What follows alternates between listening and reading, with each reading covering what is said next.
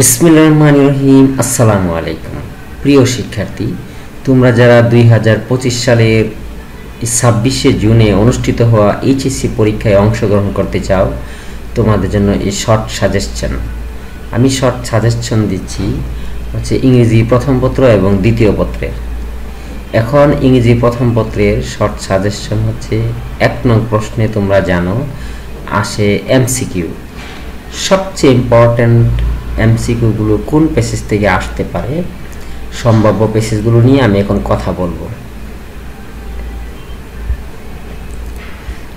First passage for MCQ 2025, সবচেয়ে যে important প্যাসেজটা রয়েছে এডুকেশন এইমস, এটা ইউনিট 12 এর মধ্যে রয়েছে। এই প্যাসেজটা অনেক টেস্ট পরীক্ষার মধ্যে এসেছে, অনেকগুলো কলেজের মধ্যে, এবং বোর্ড কোশ্চেনও এসেছে।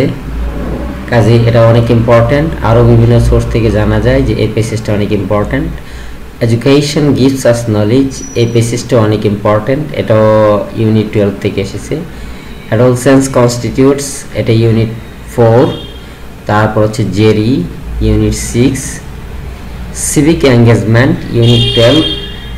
এই প্যাসেজগুলো অনেক ইম্পর্ট্যান্ট, কারণ এগুলো বিভিন্ন বোর্ডে এসেছে এবং বিভিন্ন কলেজে টেস্ট পরীক্ষা এসেছে। এগুলো থেকে তোমাদের মধ্যে আসতে পারে এই প্যাসেজগুলো। এমসিকিউর জন্য তোমরা এগুলো ফলো করতে পারো।